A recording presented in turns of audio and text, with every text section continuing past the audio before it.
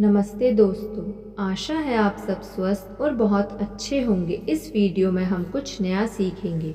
आप यह कैसे बता सकते हैं कि कोई व्यक्ति वास्तव में क्या चाहता है, सोचता है, महसूस करता है, विश्वास करता है या किसी चीज़ के लिए प्रतिबद्ध है।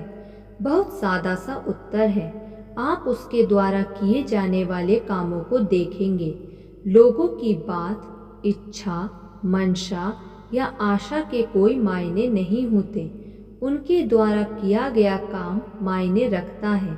अगर बात किसी तरह के लालच या परिस्थितियों के दबाव की हो, तो ऐसे में उनके द्वारा किया गया काम और भी महत्वपूर्ण हो जाता है।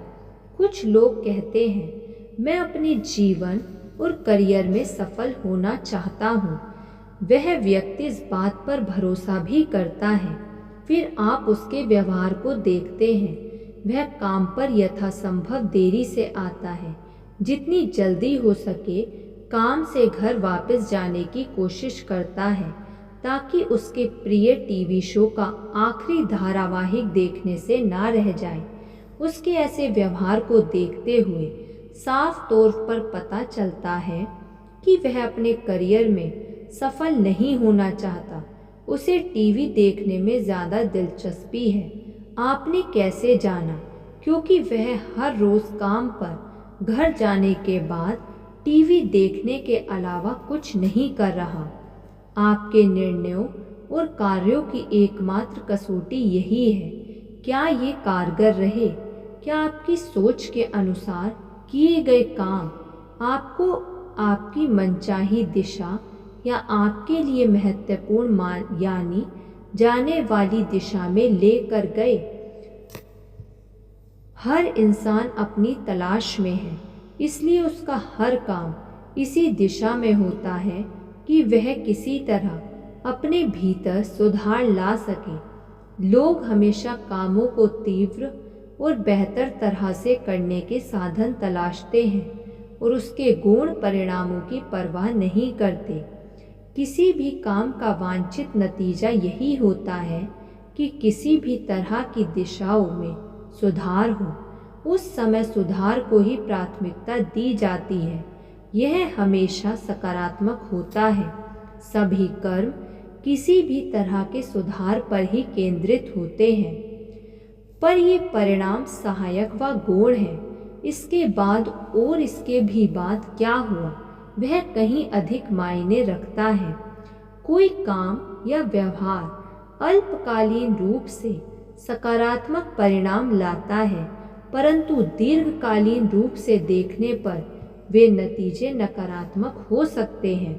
उदाहरण के लिए, एक युवक स्कूल छोड़कर कहीं काम करने लगता है ताकि वह कमाए हुए पैसों से कार ले सके, लड़कियों के साथ घूमने जा सके और एक आनंददायक जीवन पा सके। ये सभी सकारात्मक व तत्काल लक्ष्य हैं जिनका युवा वर्ग आनंद उठाना चाहता है।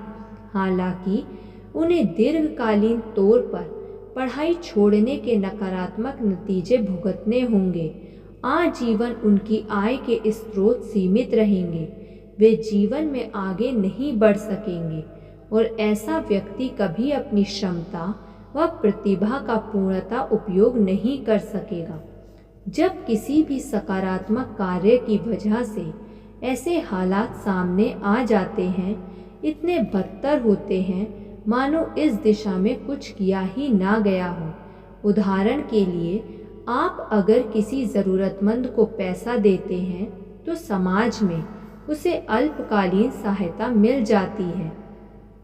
यहाँ अगर यह नियम लागू हो तो वह व्यक्ति आसानी से मिलने वाले पैसे का आदी बन सकता है। वह अपने काम को छोड़कर दूसरों पर निर्भर हो जाता है। वह अपना स्वाभिमान और आत्मविश्वास गंवा देता है। वह व्यक्ति ऐसे बदतर हालात में आ जाता है मानो उसके लिए कुछ किया ही ना गया हो। समाज में जब भी ज़रूरतमंदों की मदद के लिए कोई दान या धनराशि दी जाती है, तो उसका मतलब यही होता है कि उस उक्त व्यक्तियों के जीवन की दशाओं में सुधार हो सके। पर जब यह नियम लागू हो जाता है तो वे आजीवन दूसरों पर निर्भरता और कुंठित संभावना के आदी हो जाते हैं। धन्यवाद। ऐसी और वीडियो सुनने के लिए आप इस चैनल को सब्सक्राइब कर लीजिए और इस वीडियो को लाइक कर दीजिए। धन्यवाद।